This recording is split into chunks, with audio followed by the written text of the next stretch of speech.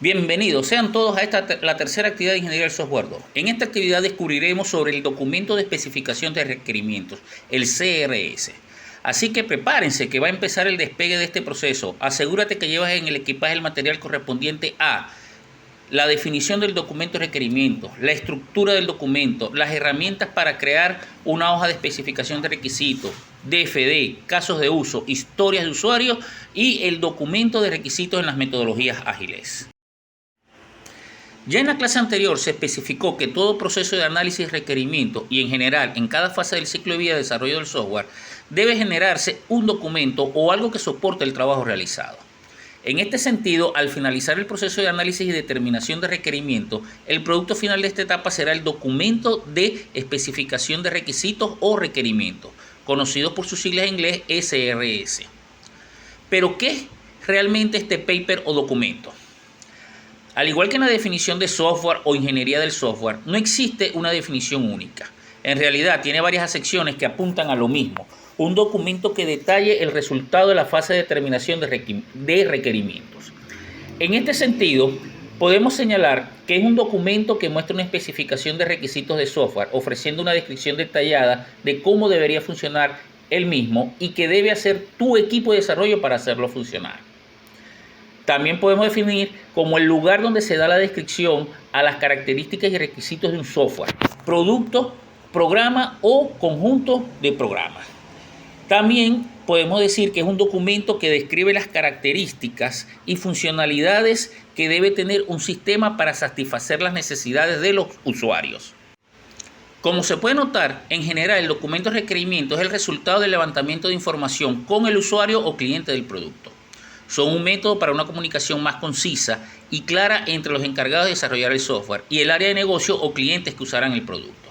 Recordemos que este documento se convierte en la piedra angular para el desarrollo exitoso de un software, ya que representa los cimientos del mismo y que servirá como guía al desarrollo de este.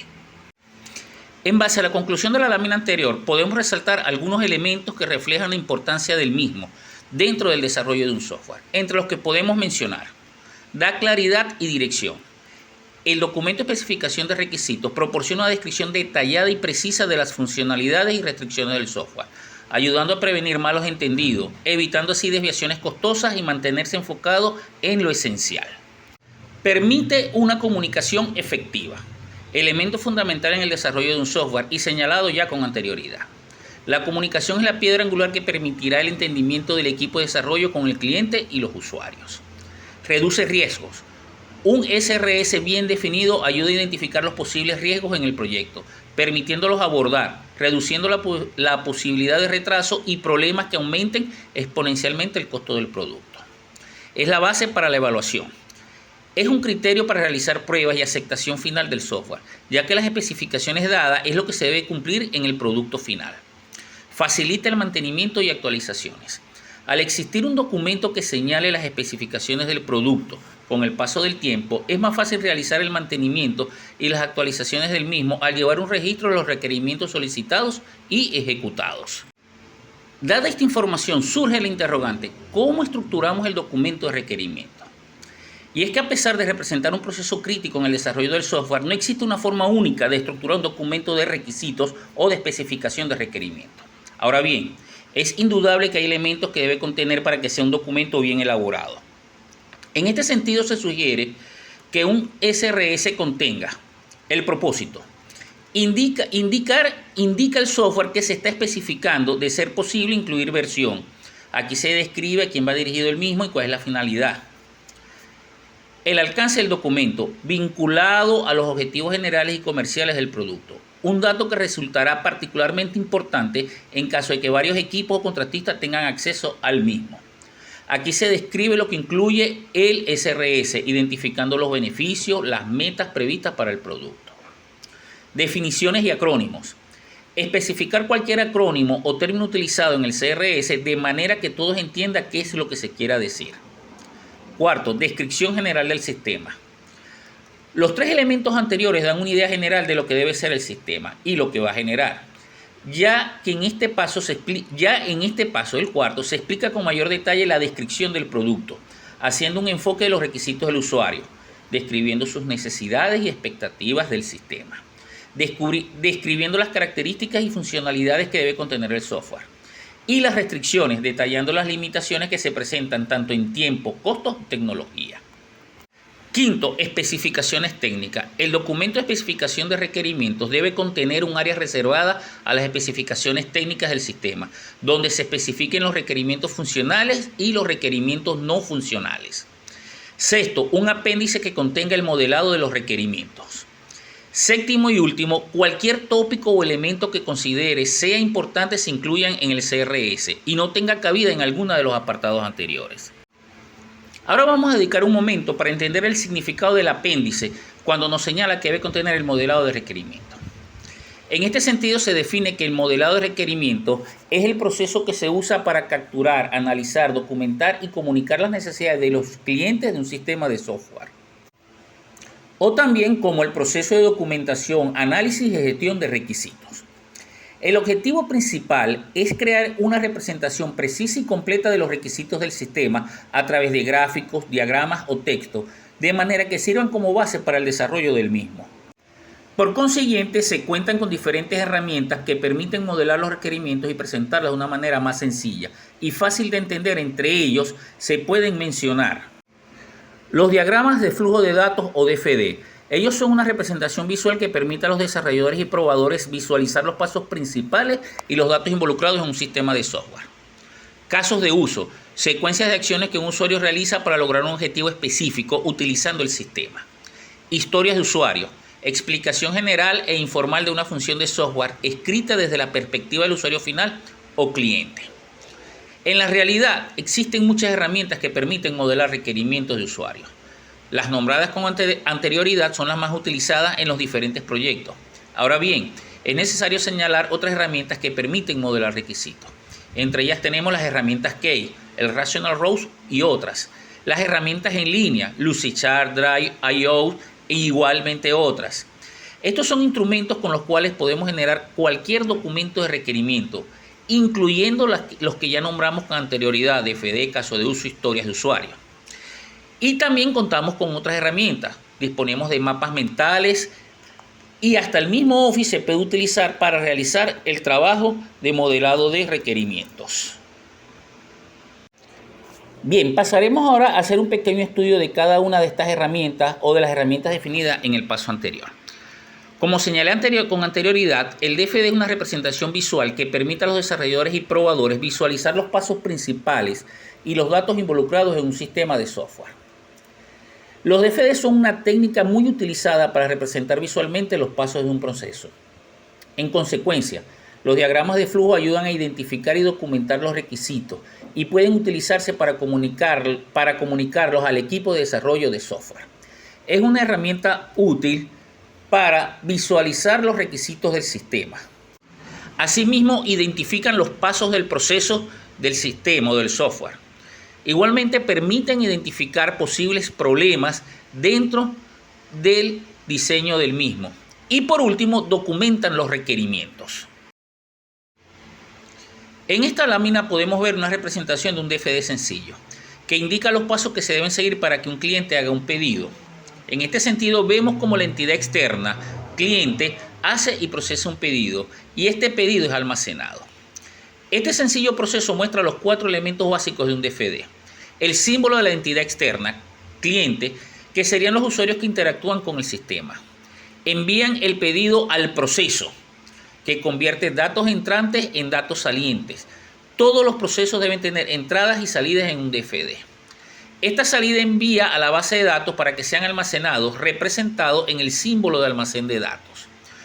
Como se puede ver, la flecha representa el flujo de dirección del proceso.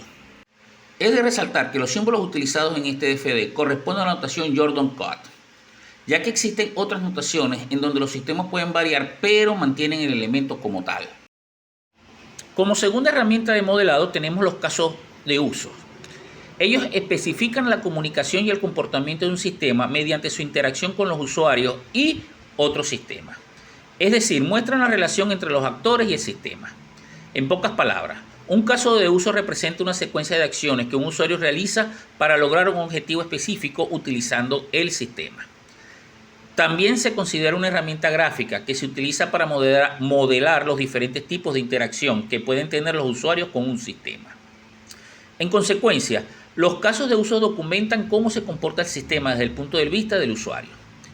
En este sentido, podemos señalar que la importancia de los diagramas de casos de uso radican en que describen las funcionalidades del sistema desde la perspectiva del usuario, es decir, detalla los requisitos funcionales del mismo. 2. Visualiza los requisitos. Los diagramas de casos de uso permiten visualizar las funcionalidades del sistema desde la perspectiva del usuario. Esto facilita la comprensión de los requisitos del sistema por parte de todos los interesados, así como los desarrolladores, los clientes y los gerentes de proyectos. 3. Permite una comunicación efectiva. Los diagramas de casos de uso proporcionan un lenguaje común para comunicar los requisitos del sistema a los diferentes stakeholders. Esto ayuda a evitar confusiones y malentendidos durante el desarrollo del proyecto. 4. Planifican el proyecto. Los diagramas de casos de uso se pueden utilizar para planificar el proyecto, estimar el tiempo y el esfuerzo necesario para completar el desarrollo del software. Y por último, documentan los requerimientos. Los diagramas de casos de uso son una forma efectiva de documentar los requisitos del sistema y las funcionalidades del mismo. Representan una técnica para la captura de requisitos potenciales de un nuevo sistema o una actualización de software. Es de considerar que los casos de uso proporcionan uno o más escenarios que indican cómo debe interactuar el sistema con el usuario o con otro sistema para conseguir un objetivo específico. Normalmente, en los casos de uso se evita el empleo de jergas técnicas, prefiriendo en su lugar un lenguaje más cercano al usuario final. Para crear diagramas de casos de uso es necesaria la comprensión del sistema a partir de las situaciones y servicios del entorno. Los casos de uso son independientes de los aparatos que se introduzcan dentro del sistema para que éste funcione. Dentro de los elementos del caso de uso tenemos los actores. Representan quienes se comunican con el sistema. Por lo general son los usuarios del mismo, definidos por un rol o un perfil. No es una persona. O también puede ser un sistema externo que se comunica con el sistema actual. En el ejemplo podemos ver los actores veterinarios y gestor documental. El caso de uso representa la funcionalidad que realiza el sistema. En la lámina que estamos viendo podemos ver que existen 7 casos de usos. Las relaciones o asociaciones conectan casos de uso con los actores o con otros casos de uso. Entre ellos tenemos los communicates. Es la conexión de un actor con un caso de uso. Se representa con una línea continua entre el actor y el caso de uso. No es obligatorio usar el término, así como vemos en el ejemplo. El include indica que un caso de uso utiliza siempre otro caso de uso. Se representa con una línea punteada que une los casos de uso y la flecha apuntando al caso de uso adicional, indicando el término include. El extend. Cuando el caso de uso tiene un comportamiento opcional con otro caso de uso, es decir, puede hacer uso del caso de uso si cumple una condición. Por ejemplo, se representa con una línea punteada y la flecha apuntando al caso de uso que se extiende desde el caso de uso base. Por último, tenemos las historias de usuario. Estas se consideran una descripción breve e informal de una funcionalidad de software desde la perspectiva del usuario final. Ellas son utilizadas principalmente en las metodologías ágiles y busca articular cómo una función de software proporcionará valor al cliente. Utilizan un lenguaje no técnico, es decir, buscan un lenguaje entendible para todos los involucrados.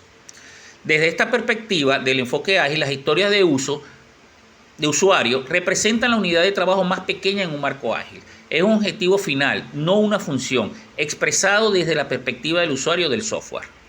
Es decir, es una característica contada desde la perspectiva de la persona que desea una capacidad para el sistema. Las historias de usuario son importantes ya que ponen al usuario en el centro de la conversación sobre lo que hay que añadir o agregar al producto. Recordemos que los usuarios o el cliente son quienes nos van a proporcionar el listado de las acciones o las tareas a realizar. Si definimos un conjunto de historias donde el principal o el protagonista es el usuario, podemos solucionar problemas con ello. En las historias de usuario no es necesario añadir detalles como los requisitos, hasta el momento en que se decida ponerlos en práctica, permitiendo de esta manera cambiar de opinión hasta el último momento de cómo debe ser la funcionalidad. otorgando flexibilidad a las historias. Da al equipo de desarrollo el contexto y por qué se está creando, ya que ayuda a separar quién se ocupa de lo que van a hacer, el cliente o el usuario, y quién se ocupa de cómo lo vas a hacer, los programadores. Dan motivación al equipo. Al ser pequeñas unidades de trabajo, al completar una historia de usuario, el equipo se sentirá satisfacción por el logro de un pequeño triunfo, aumentando la motivación del mismo. Ahora bien, ¿cómo se escribe una historia de usuario? Las historias de usuario se escriben bajo el formato de cómo, el tipo de usuario que lo pide, quiero, la funcionalidad o el objetivo que se persigue y para el beneficio que voy a obtener con él. Es decir, estos tres elementos nos resaltan la importancia del usuario, ya que nos identifica en primer lugar a quién lo necesita, el cliente del usuario, cuál es el objetivo de utilizarlo o para qué lo quiere hacer. Y por último, qué beneficio vamos a obtener. Todo basado en la información o en lo que realmente quiere el usuario. Por ejemplo, una historia de usuario por una tienda online podría ser: como cliente, quiero realizar pedidos en línea de productos para poder recibir los productos en mi casa. Otro ejemplo de una historia de usuario es: como gestor de productos con un equipo remoto. El usuario es el gestor de productos dentro de un equipo remoto. Quiero invitar a los miembros de mi equipo y a un máximo de 10 personas más a una reunión en línea. Y por último, el para que podamos colaborar para detallar las historias de usuarios que se implementarán próximamente. En estos sencillos ejemplos vemos cómo en las historias de usuarios se garantiza que la voz del cliente sea escuchada y que el producto o servicio sea creado teniendo en cuenta las necesidades del mismo. Y finalmente, vamos a hablar sobre el documento de especificación de requerimientos en las metodologías ágiles.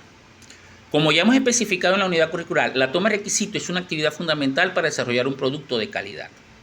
El resultado de este proceso de obtención, análisis y validación de requisitos quedan plasmados en el documento CRS. Pero, ¿cómo plasmar la toma de requerimientos en una metodología ágil? Cuando éstas plantean la necesidad constante de adaptarse a los cambios. Sin embargo, debemos recordar que todo documento de especificación de requisitos siempre es una herramienta valiosa. En consecuencia, no existe un método o una guía para escribir el CRS en metodologías ágiles. En líneas generales, se sugiere que los CRS se adapten en cada ciclo o entrega del producto. En este sentido se plantea enfocarse en los requisitos de alto nivel. En lugar de detallar cada funcionalidad del sistema, hay que enfocarse en los objetivos generales del proyecto y las necesidades de los usuarios. Para ello hay que priorizar las tareas que se representan en los requerimientos de cada ciclo. Ejemplo, el Product Backlog de Scrum. Utilizar un lenguaje sencillo y comprensible. Evitar el uso de un lenguaje técnico y más bien utilizar un lenguaje más natural que todos los involucrados entiendan. En tercer lugar, hacer un formato flexible del documento. No limitarse a usar los formatos estándares de los CRS. Hay que diseñar uno que se adapte a las necesidades del proyecto que se está desarrollando. Cuarto, involucrar a los stakeholders. Las metodologías ágiles se centran en los clientes o usuarios. Hazlos partícipes del documento de especificación de requisitos para que estos estén en conocimiento de lo que esperan del producto a entregar. Bien, mis estimados participantes, con esto finalizamos la clase número 3.